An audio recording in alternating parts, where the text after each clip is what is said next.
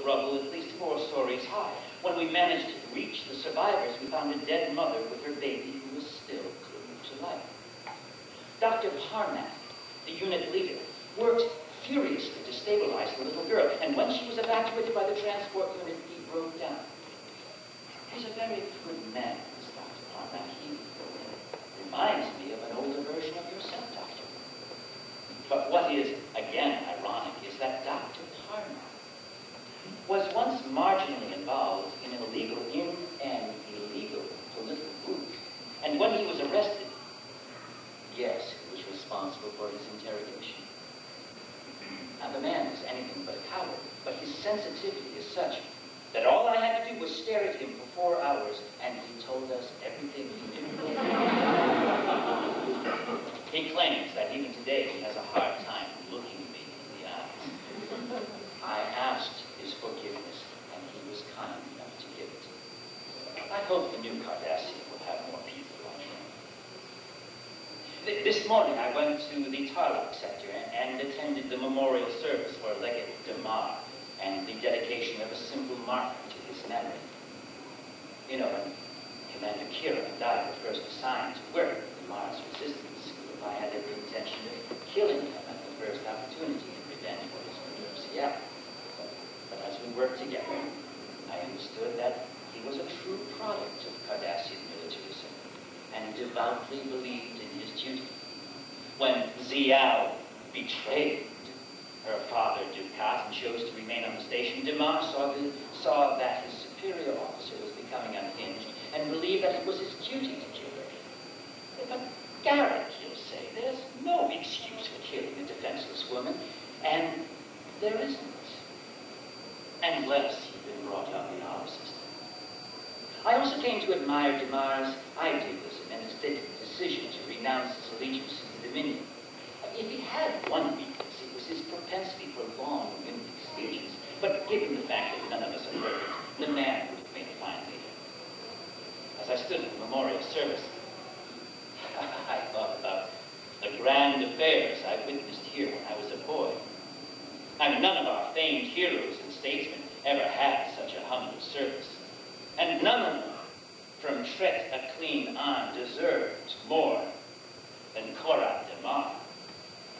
I also thought about this Cardassian sense of duty and how he is largely responsible for bringing those of us who are left these current circumstances. I asked Dr. Parnack how an entire people can come under the sway of this duty and blindly give allegiance to a state that goes mad and murders its own children. Poisonous pedagogy, he replied. We believe what we are taught. Chapter 4. Entry. The Bamar Institute is located in the highlands adjacent to the Mekar Wilderness, a hot and arid area with sublimely beautiful rock formations and an endless network of subterranean caverns. At first, the landscape was foreign, even threatening to my city mind and body. These seemingly endless skies and empty vistas, empty of man-made incursion, made me anxious. The Institute itself also made me anxious. Every waking moment was planned and accounted for. The Cardassian educational system is dedicated to the ideal that each generation needs a coterie of leadership, an elite in every segment of society. Artists, soldiers, politicians, scholars, business and tradespeople all have appropriate institutes where they are sent at the age of emergence. At that point, he or she is identified and assigned to live and study apart from family at home for 9 years. The course of study is divided into 3 progressive levels, and every 3 years one either advances from one level to the next or returns to serve society in a necessary but more humble position. If a person makes it through and completes the 3rd level, he or she is then placed in the ruling vanguard of that segment. My first day set the tone for my new life. After the orientation for the incoming students, at which the first prefect, the head of the institute, likened us to the missing pieces of the mosaic of Cardassian civilization, the adults handed us over to the upper-level students who promptly separated us according to gender, stripped us of all personal possessions, gave us our scratchy drab uniforms, swamp, green, and black. Is it any wonder I ended up as a tailor? And assigned us to living quarters that consisted of 10 narrow beds and an adjoining tiled room for our hygiene.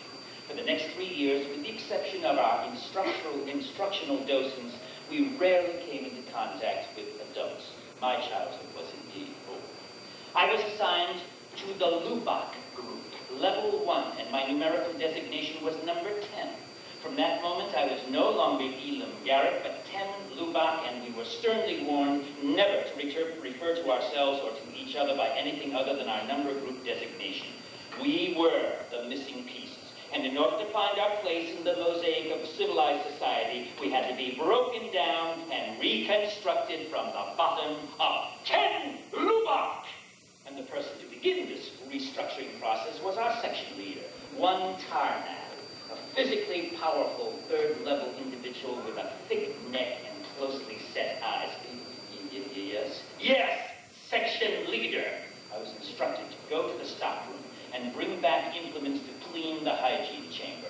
After he gave me directions, he told me that I could take as many of my section mates as I wished to accompany me. I was somewhat confused by the offer, but I thought it was a test of my self-reliance and replied that I could handle the errand by myself. Then go! Yes, section leader. And after wandering through what seemed like a labyrinthine maze in which I saw other new students on similar errands, I finally found the stockroom.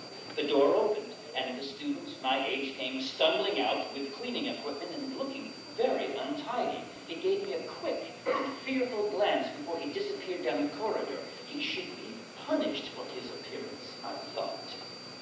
Next, a distinctive and gruff voice shouted from within. I entered and was surprised by the enveloping darkness. Hello? I hesitated, afraid of stumbling into something. Did you come alone? The gruff voice asked. Yes, I came for, before I could finish, a hand grabbed me by the hair, and the lights went on. Facing me were 3 older students, perhaps level 2. Why did you come alone? The gruff voice was behind me, along with the owner of the hand that held my head facing front. When I tried to turn, the hand painfully tightened its grip. I thought that you thought only of yourself. You didn't think of the group. From now on, you're going to learn never to think of yourself apart from the group. At which point, I was punched and kicked several times. I tried to resist, to fight back, but there were too many of them. I went down on my knees, trying to catch the breath that was knocked out of me. I was clearly overpowered, but I refused to cry, and I refused to concede defeat. I would die before I did either. Enough! The gruff voice called out. One of my attackers pulled me up, and another handed me 2 buckets filled with cleaning solutions and implements. Take them and go back to your section. And remember, 10 Lubak, this is what happens when you separate from your group. All individuals are hunted and punished. By yourself, you're pudding. We're going to be watching you.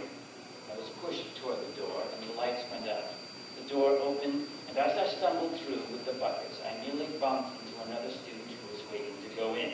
We looked at each other, and I recognized the disapproval on his face. I thought of warning him, but something told me to return to my section. I hurried past him and heard the gruff voice call out, "Next!" Chapter 5. Ending.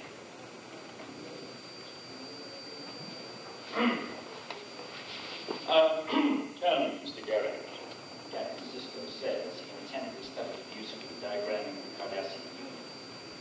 But where do you think the Cardassian defense perimeter is most vulnerable? I How do you explain to an alien that's the one place where Cardassians are not vulnerable? The good captain gave me one of his bemused glances. Stared through. The likelihood of any exploitable weakness, I replied, would be in the chain of command between the Founder's orders and the execution of these orders by the Vorta and their drug-addicted Jem'Hadar soldiers. If it's a perimeter put in place by the Cardassians, it won't be vulnerable. The captain gave me a skeptical look. That's a very confident assessment. Captain, Cardassians come into this life with an awareness of their protected perimeters, what the doctor calls our reptilian brain dominance, and die defending nodded, turned back to the diagram. I almost added that